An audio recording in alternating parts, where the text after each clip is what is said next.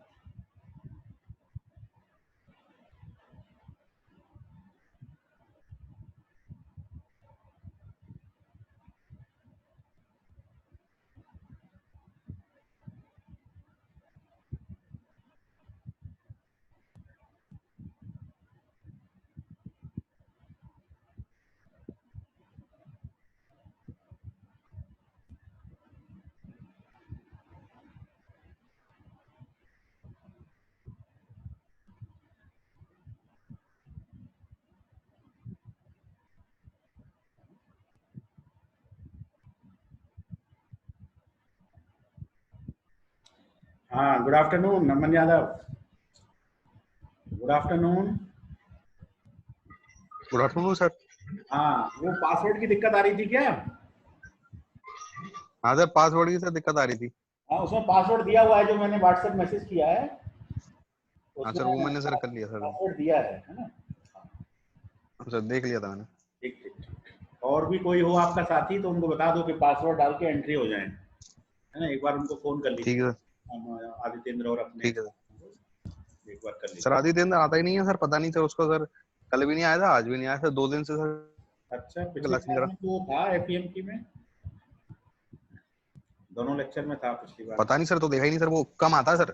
5 minute के लिए, 5-10 minute के लिए अच्छा। आता है सर, चला जाता है। हाँ कुछ बिजी हो गया होगा।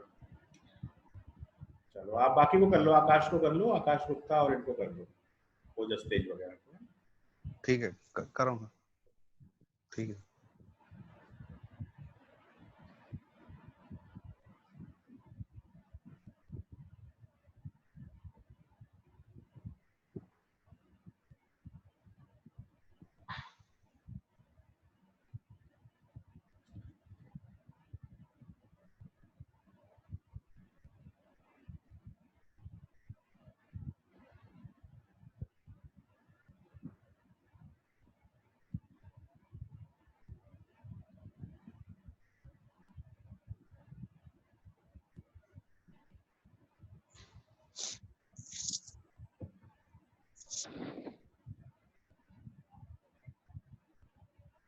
पासवर्ड है उसमें, मैंने मैसेज में दिया हुआ है, व्हाट्सएप वाली मैसेज में।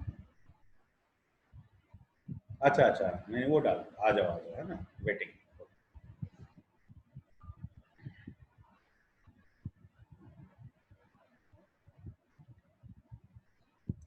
ओके, रिया आ चुकी हैं, विश्वेश आ चुके हैं, अमन आ गए हैं, वेरी गुड, है ना। शिवेंद्र भी आ चुके हैं, नाइस। चलिए तो अब अपनी टीम लगभग आ चुकी है, लेट मी स्टार्ट अगेन, है ना। अब बस पिछली क्लास में जहाँ पे एंड हुआ है वहीं से आगे शुरू करेंगे। तो मैं जरा सा शेयर कर लेता हूँ कोड, जरा सा ये कोड आ गया मेरा।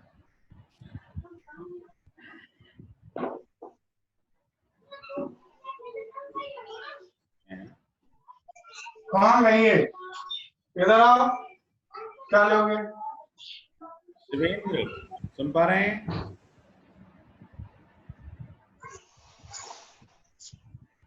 एक बार म्यूट कर देता हूँ, बाद में जिसे जरूरत होगी वो खोल लेगा। ठीक है, अब आप जरा जब भी जवाब देंगे तो अपना माइक्रोफोन अनम्यूट करके जवाब दीजिएगा जब मैं पूछूं कुछ, तो है ना। तो मैं जरा सा यहाँ पे अब बोर्ड बना लेता हूँ, यहाँ पर मैं बना लेता हूँ डायग्राम जहाँ से मैंने शुरुआत की थी। तो मेरा डायग्राम कुछ ऐसा था, फाइनली जो डायग्राम था वो ऐसे था कुछ कि मेरे 6 तो उसमें नोट थे, है ना। 6 तो नोड थे मेरे पास, node 1, node 2, node 3, node 4, node 5, node 6, है ना। ये सिचुएशन थी, ये मेरी सिचुएशन थी।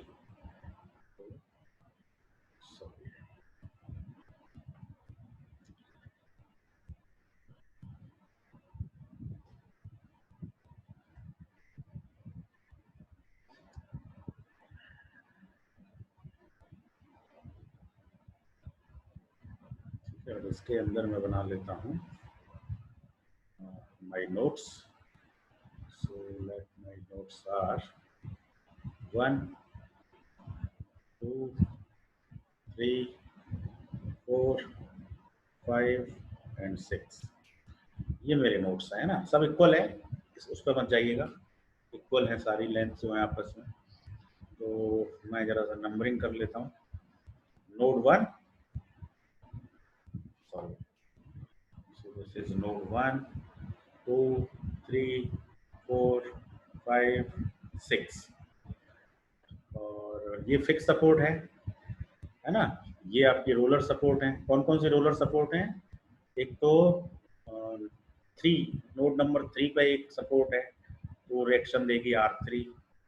एक जो है सपोर्ट 4 पे भी है, तो वो रिएक्शन देगी R4। और एक सपोर्ट 6 पे भी है, वो रिएक्शन देगी R6। और ये फिक्स सपोर्ट है, तो ये रिएक्शन देगी R1। ठीक है। अब फिक्स सपोर्ट रिएक्शन भी देती है, साथ में मूवमेंट भी देती है ना। आपने कैंटिलीवर पढ़ा है, कैंटिलीवर होता है और इस पर कोई लोड आता है तो ये ऐसे बेंड होता है, बेंड होता है तो इसमें जो क्लॉकवाइज मूवमेंट है उसका एंटी क्लॉकवाइज रिएक्शन लगती है, तो इसमें M1 मूवमेंट आता है और रिएक्शन जो आती है वो R1 आती है ना। अब ये वर्टिकल लोड है तो वर्टिकल रिएक्शन आती है, यदि ये इंक्लाइंड लोड होगा तो इंक्लाइंड रिएक्शन आएगी, है ना। वो डिपेंड करता है कि इस लोड की कंडीशन कैसी है। तो हमारे केस में सारे लोड वर्टिकल हैं, है ना। पॉइंट लोड भी वर्टिकल है। यहाँ पे 1000 न्यूटन का लोड लग रहा है, 1000 न्यूटन, ये कंसंट्रेटेड लोड है। और इस वाली पार्ट पे हमारा क्या लग रहा है? यूडीएल लग रहा है, 4 से 6 के बीच में, 4 से 6 के बीच में हमारा यूडीएल लग रहा है। तो 4 से 6 को मैं दोबारा से बनाऊं तो ये मेरा 4 से 6 के बीच में, है ना। नोड नंबर 4 है, नोड नंबर 5 है, नोड नंबर 6 है, तो ये यूडीएल लग रहा है। तो ये यूडीएल भी एक तरह का वर्टिकल लोड ही है, डाउनवर्ड वर्टिकल लोड है। तो यहाँ पे मुझे रिएक्शन जो मिलेगी वो वर्टिकल मिलेगी। So this reaction R1, R3, R4, R6, correct. अब देखिएगा,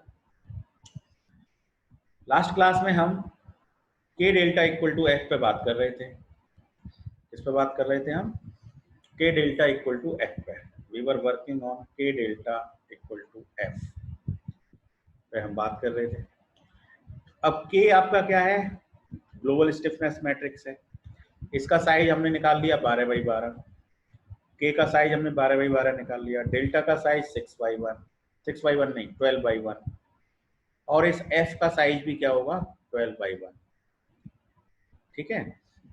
अब वो सब बातें हमारी हो गई कि इसमें K1, इसमें एलिमेंट भी हैं, एलिमेंट मार्क कर देते हैं। चलिए, ये हमारा एलिमेंट 1 है, 1 से 2 के बीच में एलिमेंट 1, 2 से 3 के बीच में एलिमेंट 2, 3 से 4 के बीच में एलिमेंट 3, एलिमेंट 4, एलिमेंट 5। तो 5 एलिमेंट हैं, 6 नोड हैं। स्टिफनेस मैट्रिक्स 12/12 का है, डेल्टा 12/1 का है, और जो ग्लोबल फोर्स वेक्टर है वो 12/1 का है। ग्लोबल फोर्स वेक्टर 12/1 का है। ठीक है। तो K1 और K2,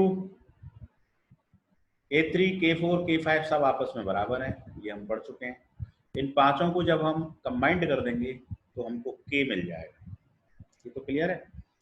तो जो K मिलेगा वो 12/12 का मिलेगा। ठीक है। अब मैं बात कर लेता हूँ थोड़ी सी फोर्स वेक्टर पे। तो फोर्स वेक्टर को आप में से कितने लोग लिख सकते हैं? बताइए, एनीवन, क्या आप में से कोई फोर्स वेक्टर बता सकता है कि फोर्स वेक्टर की वैल्यूज ये होंगी? एनीवन? देखो, फोर्स वेक्टर के लिए मैं जो है यहाँ पे एक वेक्टर बना दे रहा हूँ। ये है वेक्टर, साइज इसका क्या होगा? 12/1 का होगा, 12/1। तो देखो इसमें पहला वाला जो नोड है, पहले वाले नोड पे फोर्स क्या है, F1 है ना। इसका जो वैसे इसको जो जनरली लिखते हैं वो कुछ इस प्रकार से लिखते हैं, आप ये मान लीजिए इसको जो लिखते हैं वो ऐसे लिखते हैं, थोड़ा अभी यहाँ पे शॉर्ट में लिख के दिखा रहा हूँ। पहला नोड के लिए फोर्स F1, मोमेंट M1, दूसरे नोड के लिए F2, M2, दूसरा नोड हो गया। फिर क्या आएगा, तीसरा node F3, M3, F4, M4, F5, M5, F6, M6। कितने बाई कितने हो गए, 12/1 हो गया। तो हर नोड का फोर्स और हर नोड का मूवमेंट ये शो करना पड़ता है हमें फोर्स वेक्टर में। तो फोर्स वेक्टर में अब हम शो करेंगे। तो नोड नंबर 1, ये F1 और M1 क्या है, नोड नंबर 1 की बात हो रही है। तो नोड नंबर 1 हमारा कहाँ पर है बताइए, फिगर में नोड नंबर 1 ये है, यही तो नोड नंबर 1 है। अब इस नोड नंबर 1 पर फोर्स कितना है, रिएक्शन R1, तो हम क्या लिख देंगे यहाँ, F1 की जगह R1। अब इस पर मूवमेंट कितना है, M1, M1 का M1 ही रखेंगे। Node number 1 is over. अब नोड नंबर 2 पे बात करेंगे। नोड नंबर 2, नोड नंबर 2 के लिए कितना फोर्स है, कितना मूवमेंट है, बताइए आप में से कोई भी, कितना फोर्स है, कितना मूवमेंट है, एनीवन, अनम्यूट हो जाइए आप और बताइए। आकाश गुप्ता बताएं, आकाश गुप्ता है क्या क्लास में, आकाश गुप्ता हैं। आकाश गुप्ता अनम्यूट होइए और बताइए फोर्स कितना होगा, मूवमेंट कितना होगा नोड नंबर 2 पर।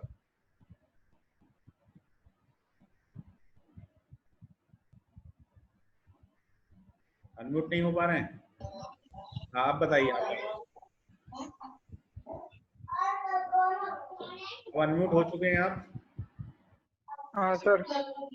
हाँ तो बताइए नोड नंबर 2 की बात कर रहा हूं मैं। नोड नंबर 2, ये जो ब्लू कलर में देख रहे हैं आप, नोड नंबर 2, इस नोड नंबर 2 पे कितना फोर्स है, फोर्स है 1000 न्यूटन, है ना, डाउनवर्ड वर्टिकली डाउन 100 न्यूटन का सर है, 1000 न्यूटन है sir, 1000 Newton 1000 Newton 1000 Newton force है। ये क्वेश्चन में गिवन है ना। एक बार मैं आपको हाँ सर। दोबारा से क्वेश्चन बताऊंगा आपको, आप सर 1000 है सर, बता रहा हूँ ले लीजिएगा, एक बार क्वेश्चन देख लीजिए आप सब, है ना। See the question first, file दिखाइए आपको, ये क्वेश्चन है। ये 1 किलो न्यूटन का जो लोड है, 1 किलो न्यूटन दिया हुआ है ना क्वेश्चन में, तो ये 1000 न्यूटन का फोर्स नोड नंबर 2 पे गिवन है। ये देख लीजिए, दिस इज फिगर गिवन। वापस आ रहा हूं बोर्ड पर,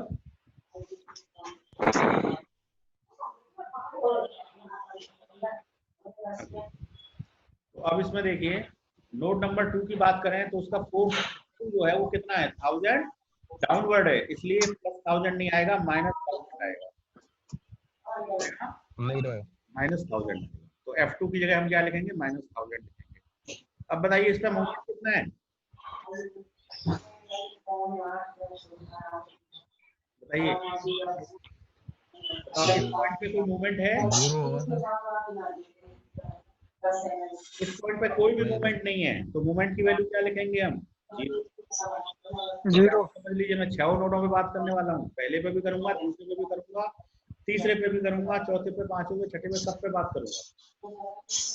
नोड नंबर 2 पर फोर्स है वो तो माइनस है, और जो मूवमेंट है वो 0 है, ठीक है। हाँ आवाज आ रही है, जरा मुझे बता तो दें किसकी आ रही है।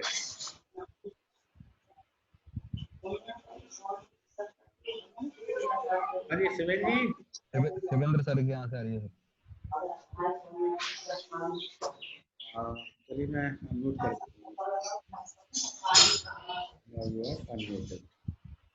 म्यूट करता हूँ आपको। चलिए अब देखिएगा, मैं अब आपको 6 नोडों की बात बताता हूँ, फिर आप बताइएगा कोई क्वेरी हो तो। देखो पहले वाला नोड जो है वो फिक्स सपोर्ट है, तो वहां हमने रिएक्शन को फोर्स हमारा रिएक्शन के बराबर हो गया, मूवमेंट M1 हो गया। नोड नंबर 2 पर फोर्स दिया है, मूवमेंट कुछ है नहीं, यदि होता तो यहाँ पे दिया हुआ होता, है ना, जैसे ऐसे कुछ लिखा होता कि ये इतना 5000 न्यूटन मीटर का यहाँ पे पता लगा कुछ मूवमेंट है, तो फिर यहाँ पे M2 की जगह हम 5000 लिख देते, but it is not given in question, not mention in the question. तो हम अपनी तरफ से नहीं मानने वाले हैं कि कुछ यहाँ पे मूवमेंट है, कोई मूवमेंट दिया ही नहीं है तो हमारे लिए वो 0 है, ठीक है। There is no movement on the node 2, only the force is acting. Now come to node number 3। अब नोड नंबर 3 पे बात करेंगे। नोड नंबर 3 पे आप देखें कि नीचे से रिएक्शन कितनी आ रही है, R3। ऊपर से कोई डाउनवर्ड लोड है क्या? कोई डाउनवर्ड लोड नहीं है, ऊपर से कोई भी डाउनवर्ड लोड नहीं है। तो इसका जो फोर्स है वो कितना हो गया, R3 हो गया। फोर्स तो R3 हो गया, ठीक है। यदि ऊपर से कुछ लोड आ रहा होता तो उसको माइनस कर देते, R3 माइनस समथिंग। अभी कुछ है ही नहीं तो R3 माइनस 0 तो R3 हो गया। और यहाँ पे मूवमेंट कितना है, R3 वाली जगह पर मूवमेंट कितना है, मूवमेंट कुछ है ही नहीं, nothing. So the movement is 0, movement 0 हो गया, करेक्ट। अब नोड नंबर 4 पे आ जाते हैं। नोड नंबर 4 पर और नोड नंबर 4, 5, 6, 4, 5, 6 को जरा अच्छे से समझना इसलिए जरूरी है क्योंकि 4 से लेके 6 के बीच में यूडीएल आ रहा है। 4 से लेके 6 के बीच में क्या आ रहा है, यूडीएल आ रहा है। तो इस यूडीएल का बंटवारा करना पड़ेगा। इस यूडीएल का कुछ हिस्सा नोड नंबर 4 पे चला जाएगा, कुछ हिस्सा नोड नंबर 5 पे चला जाएगा, कुछ हिस्सा नोड नंबर 6 पे चला जाएगा। तो इसका हमें क्या करना है, बंटवारा करना है। और बंटवारा करने का जो नियम है, बंटवारा करने का जो नियम है वो नियम वही है जो हमने पिछली क्लास में देखा था। तो वो नियम क्या है, जरा एक बार फिर से लिख देता हूँ। वो नियम ये है, Q0 तो है ही है, L/2 आता है पहला टर्म, फिर L²/12 आता है, उसके बाद L²/12 के बाद में क्या आता है, L/2 आता है, फिर माइनस L²/12 आता है। तो यूडीएल का बंटवारा इस रेशो में होता है। यूडीएल का जो डिस्ट्रीब्यूशन होता है वो इस प्रकार से होता है। यदि किन्हीं दो पॉइंटों के बीच में, जैसे कि यहाँ पे नोड नंबर 4 और नोड नंबर 5 दो ले लें, मान लो नोड नंबर 4 ले लें और नोड नंबर 5 ले लें, तो 4 और 5 के बीच में जो यूडीएल है उस यूडीएल का बंटवारा इस फॉर्मूले से होगा, Q0 L/2, Q0 L²/12 and so on. तो 4 और 5 के बीच में लेंथ कितनी है, 1 मीटर। L बराबर कितना है, 1। ध्यान से समझना, 4 और 5 के बीच में लेंथ कितनी है, 1 मीटर। अच्छा, यूडीएल की इंटेंसिटी कितनी है, बोलिए यूडीएल की इंटेंसिटी कितनी है, आप में से कोई बोलिए, अनम्यूट कर लीजिए माइक को, जो बोलना चाहें जवाब दिया करिए साथ में। क्वेश्चन में देखिए, क्वेश्चन में गिवन है मैं इंटेंसिटी, यूडीएल की इंटेंसिटी। इस यूडीएल की इंटेंसिटी क्या हमें क्वेश्चन में गिवन है, यस और नो?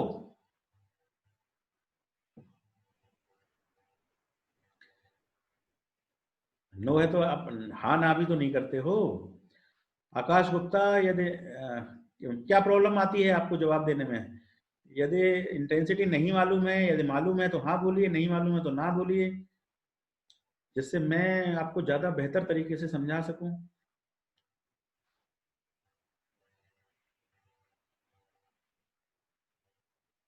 अभी क्या दिक्कत आ रही है, अनम्यूट नहीं हो पाते हैं क्या आप? आकाश गुप्ता सुन पाते हैं? हाँ, अपने आप माइक नहीं अनम्यूट कर पाते हैं क्या आकाश? नहीं सर, आप ऑफ कर देते तो अपने आप नहीं होता है सर। ऐसा है क्या? जैसे मैं म्यूट करता हूं तो म्यूट के बाद हाँ आता है allow participant to unmute themselves, तो मैंने तो अलाउ कर रखा है पार्टिसिपेंट सर, को। सर आप अलाउ करते उसके बाद ही होता है ना। अच्छा, मैं करता हूँ तभी होता है। तो आप मुझे ना ऐसे केस में क्या किया करिए, आप चैट डाल दिया करिए, है ना, चैट में डाल दिया करो वैल्यू को, आपकी जो भी आंसर आ रही हो।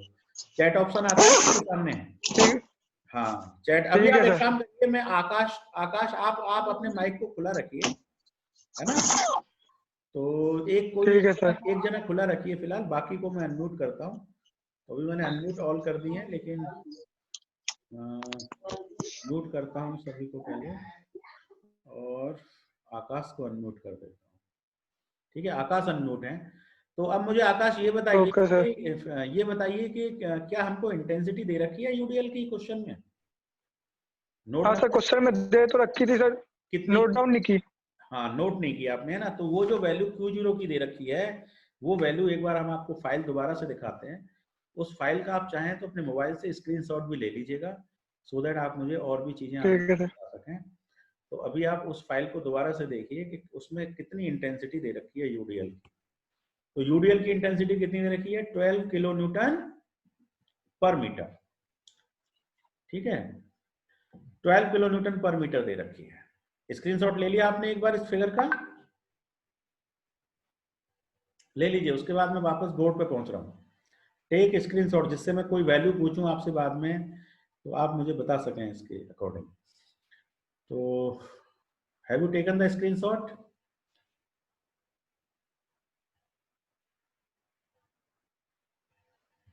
चलिए मैं पहुंच जाता हूं व्हाइट बोर्ड पे दोबारा से। तो व्हाइट बोर्ड पे मैंने देखा कि नोड नंबर 4 और नोड नंबर 5 के बीच की बात हो रही है फिलहाल, है ना? नोड नंबर 4 और नोड नंबर 5 के बीच में। तो जरा सा हम बोर्ड को खाली कर लेते हैं पहले, हल्का सा। लेट, एक second.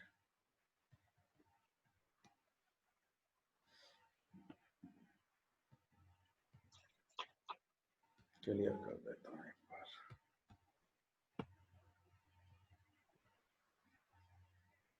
Share screen, board share.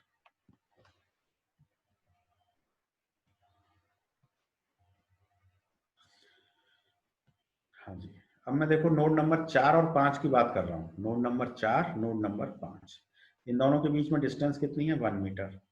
इनके पास क्या आ रहा है? यूडीएल आ रहा है। यूडीएल की इंटेंसिटी कितनी है?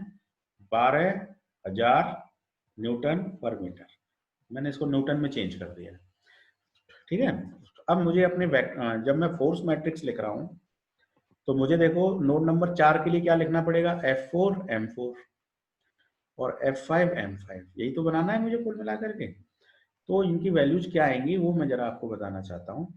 कि नोड नंबर 4 पे कैसी सपोर्ट है? रोलर सपोर्ट है नोड नंबर 4 पे।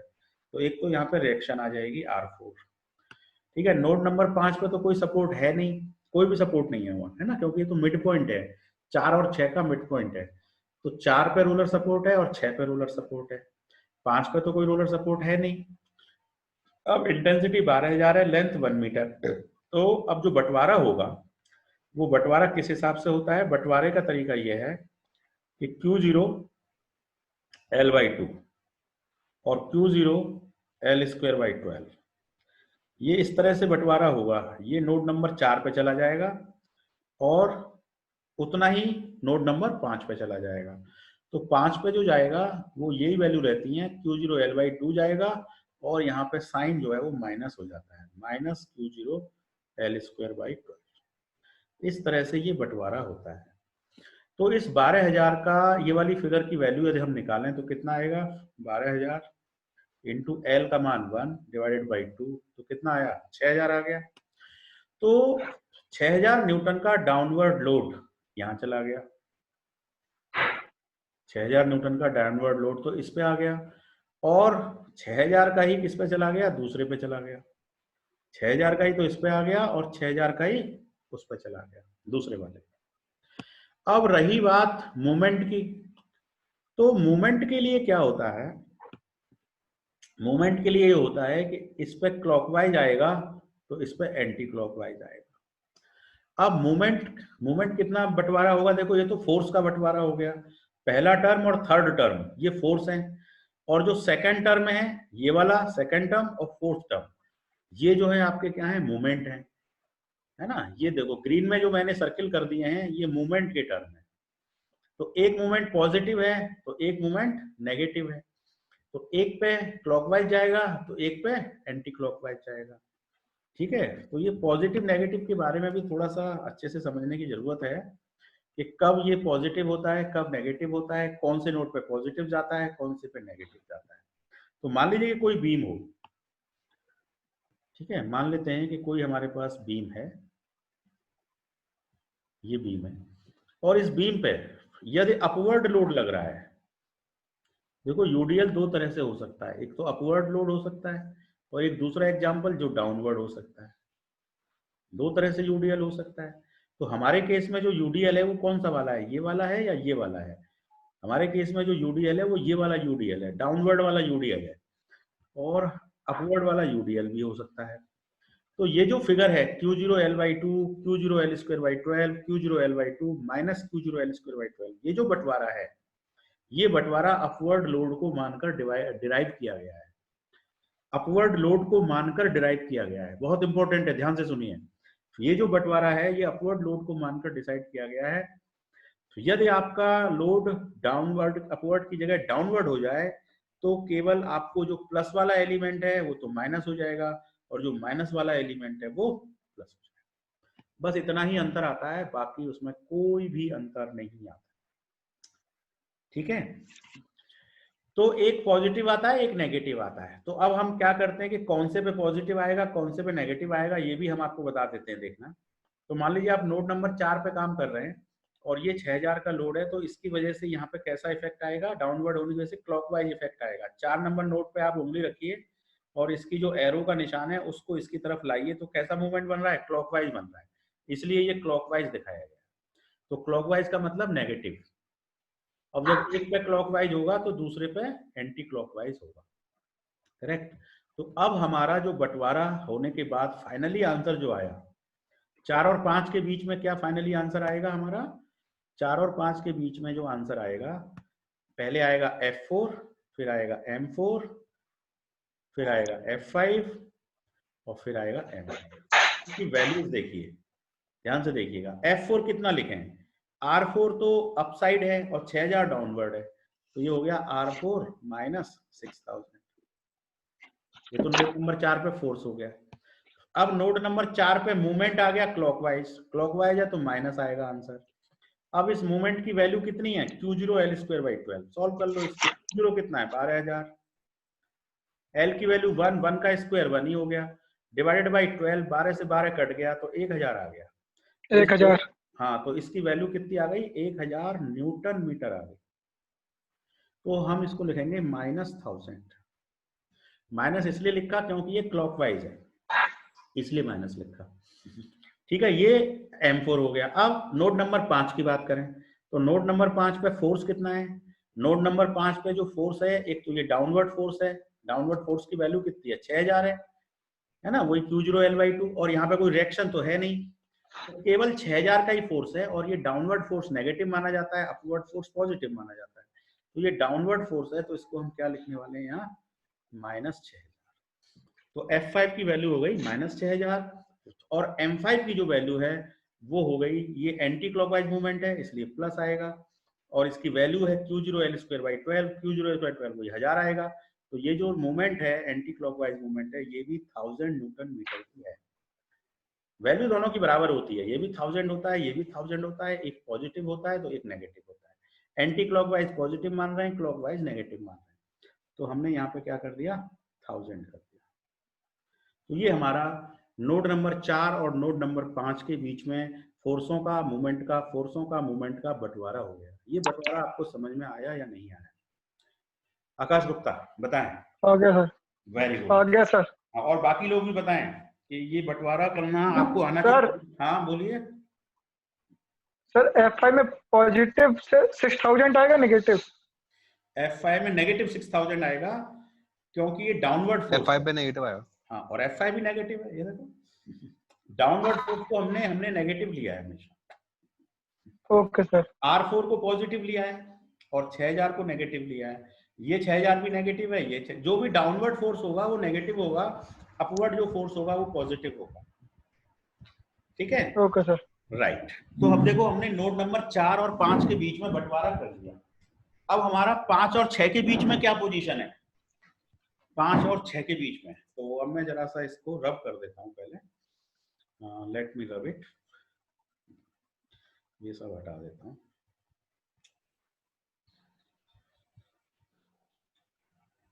आपका बिल्कुल भेद खुल जाएगा, अब आप बीम का कोई भी क्वेश्चन सॉल्व कर पाएंगे बड़े आराम से, कंसेप्ट आना चाहिए आपको, है ना। तो अब जरा देखिएगा, नोड नंबर 4 और नोड नंबर 5 तो मैंने आपको बता दिया है ना, या मैं इसको क्लियर ही क्यों ना कर लूं, सारा एक साथ क्लियर हो गया। अब देखिए इसमें मैं आ जाता हूं, ये पोजीशन थी, नोड नंबर 4 था, नोड नंबर 5 था, नोड नंबर 6 था, इस पूरे पे यूडीएल था। 4 पे एक सपोर्ट थी, रोलर सपोर्ट थी, तो यहाँ पे रिएक्शन थी R4, और यहाँ पे भी रिएक्शन थी R6। R5 पे कोई रिएक्शन नहीं थी, 5 तो मिड पॉइंट था इसका, और इसकी जो इंटेंसिटी थी 12,000 न्यूटन मीटर पर मीटर थी। 12,000 न्यूटन पर मीटर थी इसकी इंटेंसिटी, है ना। इसकी जो इंटेंसिटी थी वो 12,000 न्यूटन पर मीटर थी।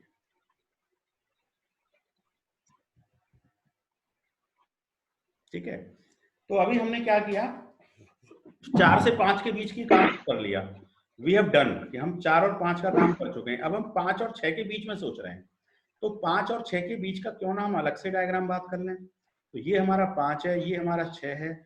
5 और 6 के बीच में क्या लग रहा है, यूडीएल लग रहा है। ध्यान से देखिए, 5 और 6 के बीच में क्या लग रहा है, यूडीएल लग रहा है। यूडीएल की इंटेंसिटी कितनी है, 12,000 है। तो इस यूडीएल का बंटवारा जो होगा 5 और 6 पे, है ना, 5 और 6 पर। देखो 4, इस वाले यूडीएल का जो बंटवारा था 4 और 5 का, वो 4 और 5 पे हो रहा था। अब इस वाले यूडीएल का बंटवारा 5 और 6 पे होगा। तो 5 का जो नोड है वो कॉमन नोड है। 5 पे इधर से भी लोड, इधर से भी आएगा बंटवारे में और इधर से भी आएगा, दोनों तरफ से आएगा। मतलब यदि ये एलिमेंट नंबर 4 है तो 4 के बंटवारे में भी इसको कुछ भाग मिलेगा और 5 के बंटवारे में भी इसको कुछ भाग मिलेगा। 5 जो है वो कॉमन नोड है। ठीक है, तो 4 से 5 तो हम कर चुके हैं, अब हम 5 से 6 करेंगे। ठीक है, 4 से 5 हम कर चुके हैं, 5 से 6 करेंगे। तो एक बार जरा फिर से क्लियर कर लें, ये हमारा यूडीएल था कंप्लीट, ये हमारी रोलर सपोर्ट थी, ये रोलर सपोर्ट थी, यहाँ रिएक्शन आ गई R4, यहाँ रिएक्शन आ गई R6, ये नोड नंबर 5 था। ठीक है, 4 और 5 की वजह से यहाँ पे कितना फोर्स आ गया था, 6,000। यहाँ पे कितना फोर्स आ गया था, 6,000। यहाँ पे कितना मूवमेंट आ गया था बताइए, 1000 न्यूटन मीटर का, और यहाँ कितना मूवमेंट आ गया था, 1000 न्यूटन मीटर का, है ना। ये इतना काम हम कर चुके हैं, 4 और 5 के बीच में हम बंटवारा कर चुके हैं। ध्यान से समझिए, नोट नंबर 4 है, 4 और 5 के बीच में बंटवारा कर चुके हैं। अब 5 और 6 के बीच का बंटवारा करना है, तो 5 और 6 के बीच का डायग्राम थोड़ा अलग से बता रहा हूँ। ये 5 है, ये 6 है। अब इसके बीच में यूडीएल है, यूडीएल का बंटवारा इसी प्रकार होता है, Q0L/2, Q0L²/12, और इसी प्रकार से आगे, इसी प्रकार से आगे Q0L/2, Q0L²/12 माइनस में, है ना। ये बंटवारा कब है, जब हमारा यूडीएल अपवर्ड टाइप का हो, लेकिन हमारा यूडीएल डाउनवर्ड है। तो चलिए Q0L/2 की वैल्यू निकाल लेते हैं। Q0L/2 की वैल्यू कितनी हो गई, वही आएगी, सेम 6,000 ही आएगी। हाँ सर, 6,000 ही आएगी। तो नोड नंबर 5 पे 6,000 का नोड और आएगा। देखो एक 6,000 तो पहले आ चुका है, अब एक 6,000 और आ गया, एक 6,000 और आ गया 5 पे। तो 6,000 और 6,000 मिलके टोटल लोड कितना हो गया 5 पे। Sir excuse me sir meeting है, नो मोर टाइम। ऐसा करेंगे, जैसे यदि मीटिंग एंड होती है ना, तो दोबारा से एंट्री करनी है, इसी आईडी पे दोबारा से एंट्री करनी है, हो जाएगा। Okay sir. हाँ, यदि हम डिस्कनेक्ट होते हैं तो इसी आईडी पे दोबारा से कनेक्ट करना है। ठीक है, तो चलिए मैंने क्या कर दिया, 5 और 6 में ये 6,000 का नोड यहाँ आ गया, और ये वाला जो थर्ड टर्म है ये भी 6,000 हो गया। तो 6,000 दोबारा से डिवाइड हो गया। ठीक है, अब देखो 5 नंबर नोड पे इस डाउनवर्ड लोड की वजह से कैसा मूवमेंट आएगा, क्लॉकवाइज आएगा। वैल्यू कितनी होगी, 1000 होगी। इस पे जब क्लॉकवाइज है तो इस पे एंटी क्लॉकवाइज आएगा, वैल्यू कितनी होगी, 1000 होगी न्यूटन। ये हमारा बंटवारा हो गया 5 पे और 6 पे। देखो पहले हमने 4 और 5 पे किया, फिर 5 और 6 पे किया। अब हम कुल मिलाकर देखें कि आखिर स्थिति क्या है, फाइनल स्थिति क्या है। तो उस फाइनल स्थिति को देखने के लिए मैं क्या करूंगा, फाइनल स्थिति को देखने के लिए मैं अब ये मैट्रिक्स बना देता हूं। देखो नोड नंबर 4 पे क्या स्थिति है, R4 - 6000, ये तो फोर्स है। ध्यान से देखना, मूवमेंट कितना है, 1000 माइनस में है। ये नोड नंबर 4 हो गया। अब नोड नंबर 5 पे देखें, 6,001 है, 6,001 है, दोनों ही डाउनवर्ड है। कितना हो गया, 12,000। तो इसके फोर्स की वैल्यू कितनी हो गई, माइनस 12,000 नोट नंबर 5 में। और नोट नंबर 5 पे मूवमेंट है ही नहीं। मूवमेंट है कितना है देखो, 1000 न्यूटन मीटर एंटी क्लॉकवाइज और 1000 न्यूटन मीटर क्लॉकवाइज, दोनों आपस में एक दूसरे को न्यूट्रल कर देंगे। 1000 एंटी भी है, 1000 क्लॉकवाइज भी है, 1000 एंटी क्लॉकवाइज भी है, कितना हो गया 0। अब नोड नंबर 6 पे आते हैं। नोड नंबर 6 पे रिएक्शन कितनी है R6 और उस पे लोड कितना है 6000, तो फोर्स कितना हो गया R6, ये फोर्स हो गया। अब मूवमेंट कितना होता है नोड नंबर 6 पे, जो मूवमेंट आएगा वो Q0L²/12, तो ये 1000 आ गया, तो ये एंटी क्लॉकवाइज है इसलिए पॉजिटिव। तो देखो F4 M4 F5 M5 F6 M6, ये मैंने 4 से लेकर यस एनीवन। अब इसमें कोई डाउट हो तो बताइए। हाँ, ये किसके घर से आवाज आ रही है? बड़ी अच्छी आवाज आ रही है। शिवेन सर के घर से आ रही है सर। शिवेन जी के यहाँ से है? अच्छा अच्छा। हाँ सर। शिवेन जी सुन पा रहे हो मुझे? बर्तन फूट रहे हैं सर, बर्तन। नहीं, शिवेन जी मुझे सुन पा रहे हैं कि नहीं सुन पा रहे हैं? जवाब नहीं आ रहा है इनका काफी समय से। चलिए शिवेन जी को अनम्यूट कर देते हैं। सर म्यूट कर दो। की बातें चल रही है सर। हाँ, शिवेन जी को मैं अनम्यूट कर देता हूँ, है ना? म्यूट कर देता, म्यूट कर दिया मैं। चलिए हाँ, अब मुझे बताइए कि ये जो बंटवारा, ये जो डिस्ट्रीब्यूशन था नोड नंबर 4 से 6 तक, ये आपको समझ में आ गया? आ गया सर। वेरी गुड, आ गया सर। आ गया। तो अब आप फोर्स वेक्टर बना सकते हैं बड़े आराम से, है ना? फोर्स वेक्टर का साइज क्या था 12/1, तो बड़े आराम से आप फोर्स वेक्टर बना सकते हैं। मैं आपको सॉल्यूशन दिखा देता हूँ फाइल में, जिसमें फोर्स वेक्टर भी होगा और आपके पास में स्टिफनेस वेक्टर भी होगा, है ना? तो अब मैं जरा सा फाइल शेयर करता हूँ सीधे सीधे। इस क्वेश्चन को मैंने उसमें सॉल्व किया हुआ है, तो उसी को देखिए। उस फाइल को मैं आपको सेंड भी कर दूंगा, है ना? तो अब जरा सा देखिए आप, new share, B numerical share, देखिए अब इसके, देख लीजिए। यही फिगर बनाई थी हमने, एलिमेंट 1 2 3 4 5 6 3 4 5 5 एलिमेंट 6 नोड। ये देखो, ये हमने वैल्यू निकाल रखी है। नोड नंबर 4 5 6 पे हमने बंटवारा किया है, पूरा डिस्ट्रीब्यूशन किया है। 1000 1000 1000 1000 6000 6000 6000 6000, ये सब, है ना? ये हमने बता दिया है। F की वैल्यू QL/2 6000, M की वैल्यू QL²/2 1000। देखो K1 K2 K3 K4 K5 सब आपस में बराबर होंगे। ये देखो, ये मैंने लोकल स्टिफनेस वेक्टर लिखा है, ये लोकल स्टिफनेस है। K1 K2 K3 K4 K5 ये सब बराबर होंगे, तो लोकल लिख लिया। लोकल लिखने के बाद ये देखिए, ये कंबाइंड कर दिया है। क्या कर दिया है? कंबाइंड कर दिया है। तो कंबाइंड करने पे कितने बाई कितने की मैट्रिक्स आएगी? 4/4 4/4 लोकल है, लोकल साइज है 12/12। हाँ 12/12 की आएगी सर टोटल। हाँ, कितने बाई कितने की? 12/12 की आएगी ना? हाँ सर 12/12। तो देखो ये लाइन 12 आप काउंट कर लो, V1 θ1 V2 θ2 और ये V6 θ6, तो टोटल देखिए 12 रो हो रही है कि नहीं हो रही है? हो रही है सर। यस, ऐसे कॉलम काउंट करिए, वो भी 12 हो रहे होंगे। बिल्कुल सर। हैं 12 होगा, तो 12/12 की साइज हो गई। अब देखो इसमें पहला K1 कहां पर है इसमें? तो देखो K1 जो है वो यहां तक है, V1 θ1 V2 θ2, ये हमारा 4/4 है। पहला वाला 4/4 देखो, ये तो K1 है इसके अंदर। ये समझ में आ रहा है?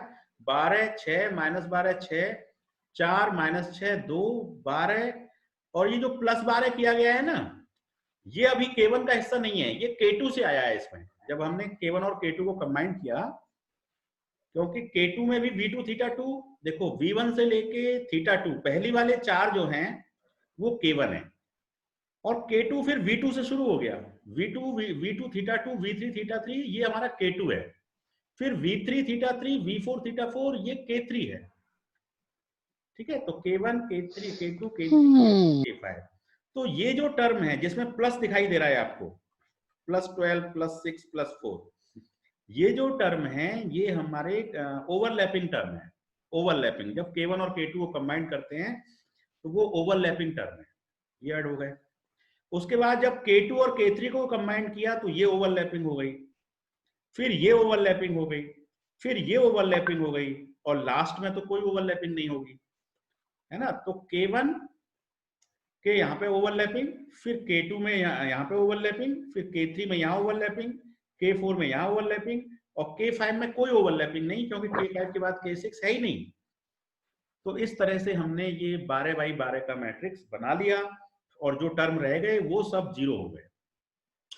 तो मैंने इसमें डायगोनल से ऊपर के टर्म लिखे हैं, बाकी टर्म मैंने यहाँ पे सिमेट्री लिख दिया है। सर हाँ, ये वैसे तो आपने कल एक बार बता दिया था सर, आप प्लीज ये दोबारा से बता दीजिए किस तरीके से ये मैपिंग हो रही है इसमें, एक बार और सर प्लीज थोड़ा सा जोड़ के हैं, K1 K2 को जोड़ के दिखा देता हूँ।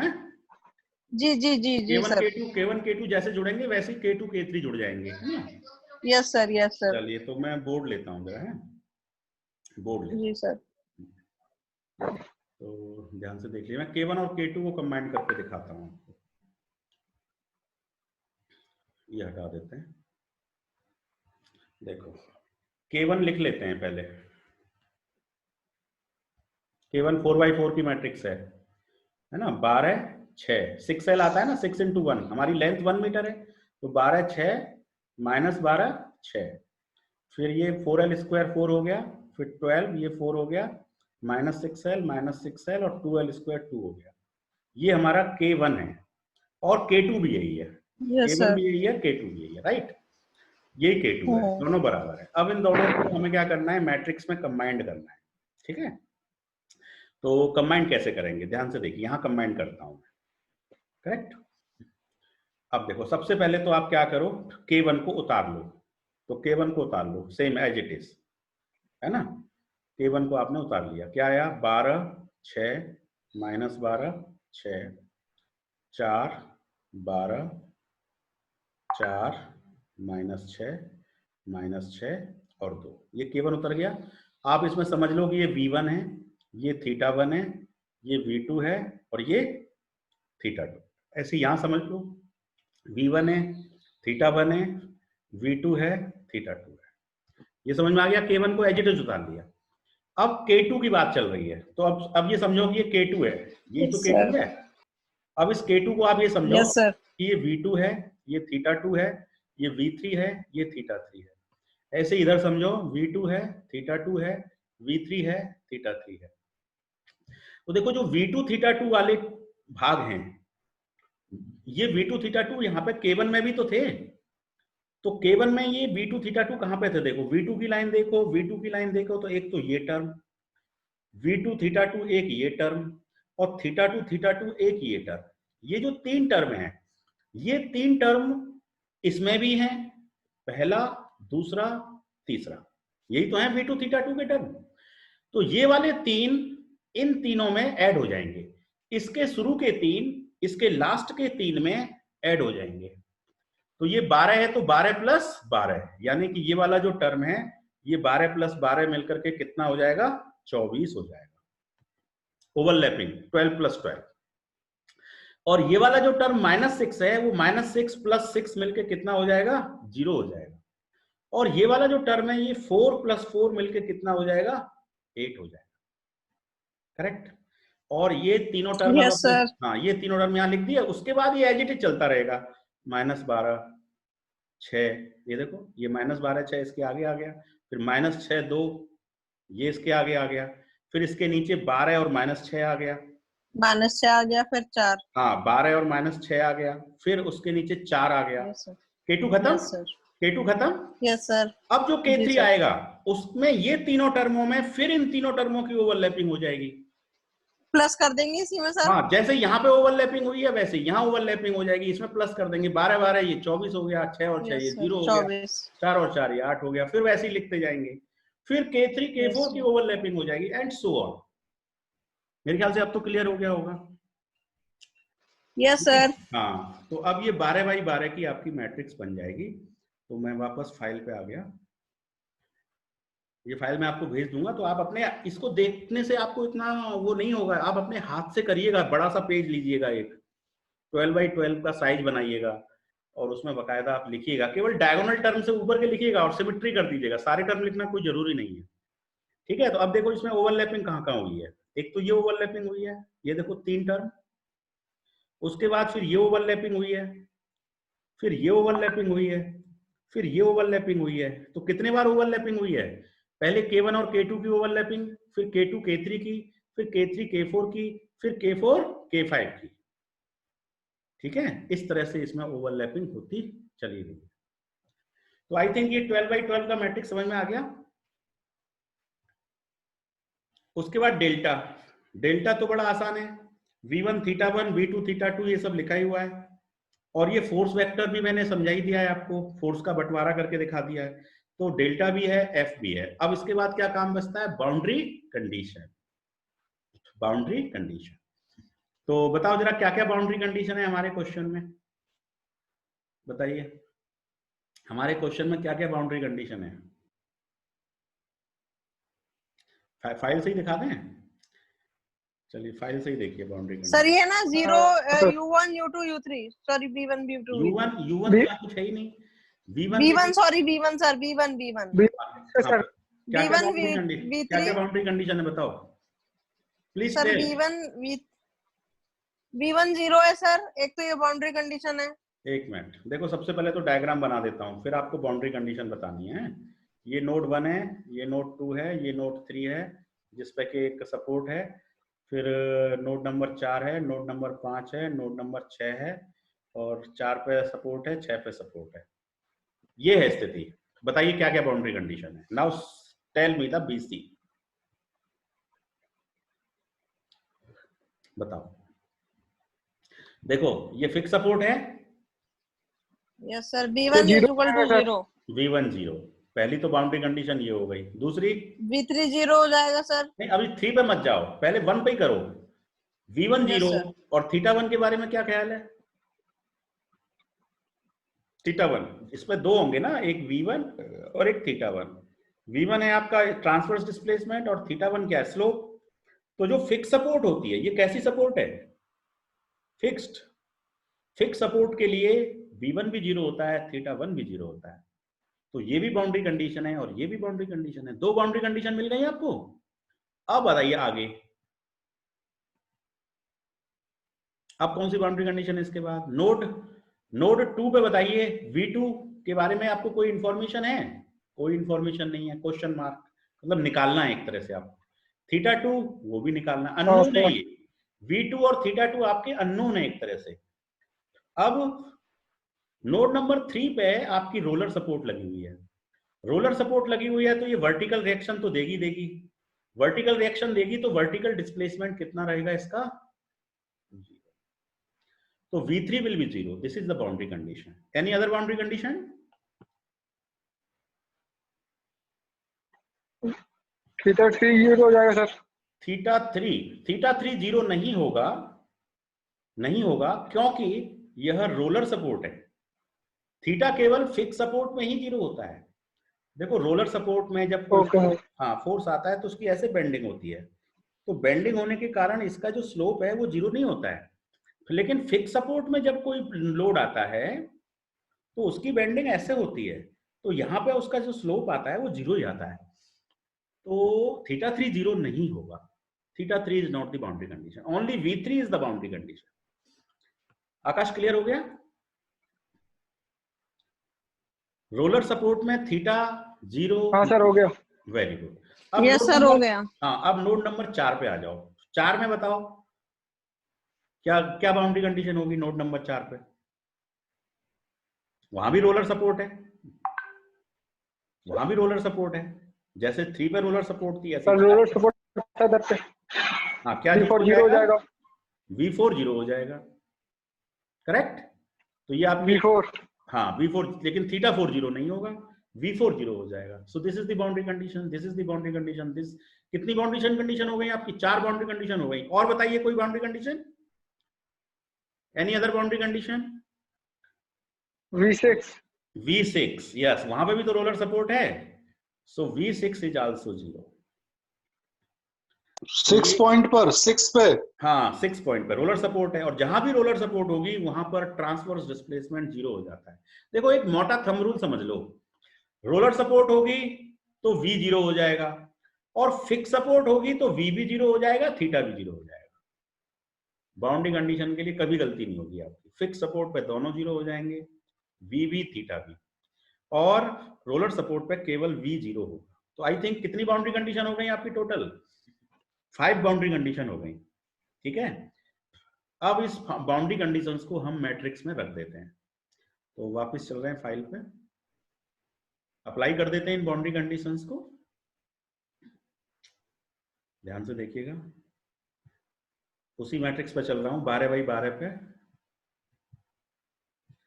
ये देखो मैंने बाउंड्री कंडीशंस अप्लाई की हैं, ये है 12 बाई 12, ये अप्लाई किया। देखो कितनी जगह मैंने 0 लिखा है, मैंने V1 0 थीटा 1 0, ऊपर की दोनों रो 0 रख दी। उसके बाद मैंने V3 0 किया है, V4 0 किया है, और V6 0 किया है। समझ में आ गया? 5 जगह 0 आ रहा होगा, 1 2 3 4 5, 5 जगह 0 दिखाई दे रहा है आपको, यस और नो? और ये पांचों की पांचों होमोजीनियस बाउंड्री कंडीशन है, ठीक है। तो देखो पहली वाली जो 0 है, पहली रो काट दी, पहला कॉलम काट दिया, दूसरी रो काट दी, दूसरा कॉलम काट दिया, उसके बाद पांचवी रो काटी, पांचवा कॉलम काट दिया, फिर ये वाली 0 वाली रो काट दी, ये काट दिया। तो 5 रो और 5 कॉलम कट गए, तो कितने बचे बताओ, आंसर दो। टोटल 12 रो थी, 7 बाई 7। यस, 12 रो में से 5 रो तो कट गई, तो 7 रो बची। ऐसी 12 कॉलम में से 5 कॉलम कट गए, तो 7 कॉलम बचे। तो हमें 7 बाई 7 की मैट्रिक्स मिल गई रिड्यूस होने के बाद।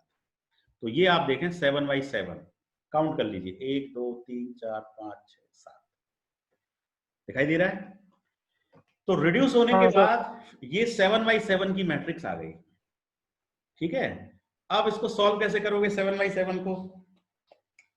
3 बाई 3 तक ही तो कर पाते हैं मैनुअली हम लोग सॉल्व। 4 बाई 4 बहुत लंबा हो जाता है, 5 बाई 5 और भी लंबा हो जाएगा, 7 बाई 7 तो और भी ज्यादा लंबा हो जाएगा। तो हम इसको कैसे सॉल्व करेंगे? We will solve it using the MATLAB. तो मैटलैब में हम क्या करेंगे, 6 बाई 6 का 7 बाई 7 का मैट्रिक्स बना देंगे, उसका इनवर्स निकाल देंगे, और इनवर्स को इस वाली मैट्रिक्स से मल्टीप्लाई कर देंगे, है ना। ax इक्वल टू b, तो x equal to a inverse b होता है ना। तो इसका इनवर्स निकाल के इसमें मल्टीप्लाई करेंगे तो हमको 7 वैल्यू मिल जाएंगी। तो मैटलैब में इसको सॉल्व करना बड़ा आसान है, 2 मैट्रिक्स बनाने हैं, इस मैट्रिक्स का इनवर्स निकालना है और इनटू दिस मैट्रिक्स करना है।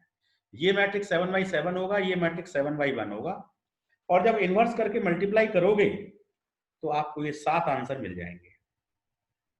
तो ये मैंने लिखा है, on solving we get V2 theta 2, मतलब नोड नंबर 2 के स्लोप और डिस्प्लेसमेंट निकल गए, थीटा 3 निकल गया, थीटा 4 निकल गया, ठीक है, V5 निकल गया, थीटा 5 निकल गया, थीटा 6 निकल गया। ये 7 वैल्यूज आपने निकाल ली। तो बताइए क्वेश्चन सॉल्व हो गया कि नहीं हो गया? हेलो, बिल्कुल हो गया सर। Very good. हाँ हेलो, हाँ बोलिए। मैं अभी ऑनलाइन क्लास में हूँ, please call me after 15 minutes. Okay, तो ये 7 वैल्यूज निकल गई, क्वेश्चन सॉल्व हो गया।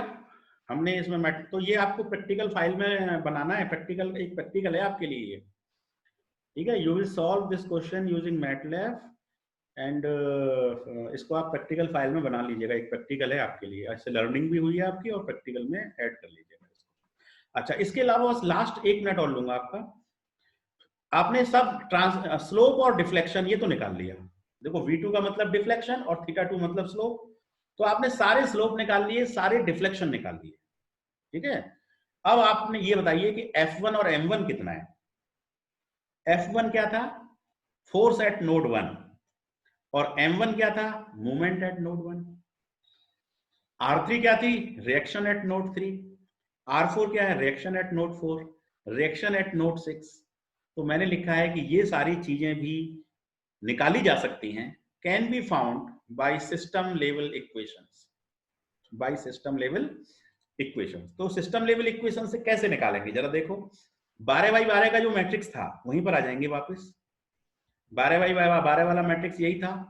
अब इसमें देखो F1 कहां पर है, ये रहा, तो F1 पहली रो में आ रहा है। कौन सी रो में आ रहा है, पहली रो में, तो बस पहली रो से F1 निकल जाएगा आपका। कैसे निकलेगा देखो, 12 into 0 plus 6 into 0 plus -12 into V2, -12 into V2, और V2 हम निकाल चुके हैं, तो V2 की जो भी वैल्यू होगी उसको यहां यूज करेंगे। फिर 6 इंटू θ2, 0 इंटू V3, 0 इंटू θ3, 0 0 सारे 0 हैं। शुरू के ही 4 टर्म पॉजिटिव और नेगेटिव हैं, तो बस 4 टर्म का मल्टीप्लिकेशन कर लेना, बाकी सब 0 हो जाएगा, और उनको प्लस माइनस करके जो आंसर आएगा वो आपका F1 हो जाएगा। F1 निकालना समझ में आ गया? Very good. उसी तरह से M1 निकाला जा सकता है। M1 के लिए सेकंड रो का इस्तेमाल कर लेंगे, R3 के लिए 5वीं रो का इस्तेमाल कर लेंगे, R4 के लिए 7वीं रो का इस्तेमाल कर लेंगे, एंड सो ऑन। तो इस तरह से हम सारी रिएक्शंस, सारे फोर्सेस, सारे मूवमेंट, सारे डिफ्लेक्शन, सारे स्लोप्स, देखो कितनी सारी बातें हैं, सारे डिफ्लेक्शन, सारे स्लोप, सारे फोर्सेस, सारे मूवमेंट्स, सारी रिएक्शंस हम निकाल पाएंगे। यस और नो? हाँ सर, बिल्कुल। तो इस तरह से निकाल लेंगे सर। क्वेश्चन कंप्लीट होता है, और अब मैं मतलब मेरी तरफ से बीम कंप्लीट है, सिलेबस भी खत्म है ना। मैंने आपको सिलेबस भेजा है मेल से, आपको मिला? हाँ सर, मिल गया। हाँ, वो पहले 3 मॉड्यूल में डिवाइड था सिलेबस, तो अब चूंकि 2 ही बार एग्जाम होनी है आपकी, तो उसको 2 ही मॉड्यूल में डिवाइड करके मैं मॉडिफाइड करके उसको भेजा है।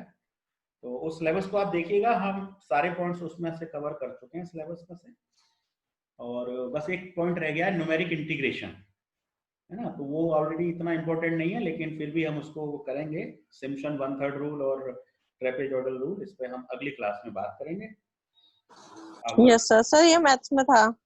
हाँ, ये मैथ में था, तो अभी इसको यहाँ पे पढ़ना इसलिए जरूरी है क्योंकि कंप्यूटर के थ्रू आप सॉल्व कर रहे हैं, तो कंप्यूटर क्या इस्तेमाल कर रहा है, वो इंटीग्रेशन मेथड ही तो इस्तेमाल कर रहा है इसमें।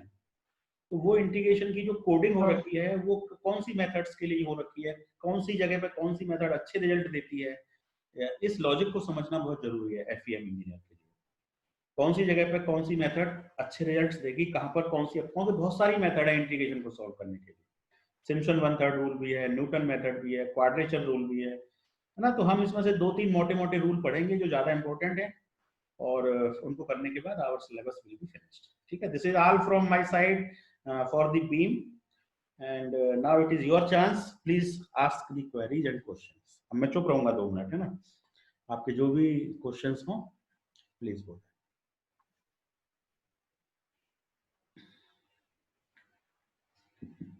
चैटिंग देख लूं जरा, कुछ चैटिंग आई है। पर माइक ऑन नहीं हो रहा आकाश का, चाहे तो पहली आपने लिखा है, ठीक है, तो मैंने आपको अनम्यूट कर ही दिया था मैंने आपको, है ना। ठीक है, ओके। हाँ, अब कोई क्वेरी हो आपकी, आकाश, अमन, ओजस, तेज, रिया, किसी की भी कोई क्वेरी हो तो प्लीज आस्क। No sir. सब क्लियर है? जी सर। वेरी गुड, है ना। तो क्लोज करते हैं फिर सेशन को, है। Yes sir. Okay sir. हाँ, टाइम भी हो गया, चलिए ठीक है। Thank you very much. Stay home, stay safe, thank you sir. Learning. Thank you sir.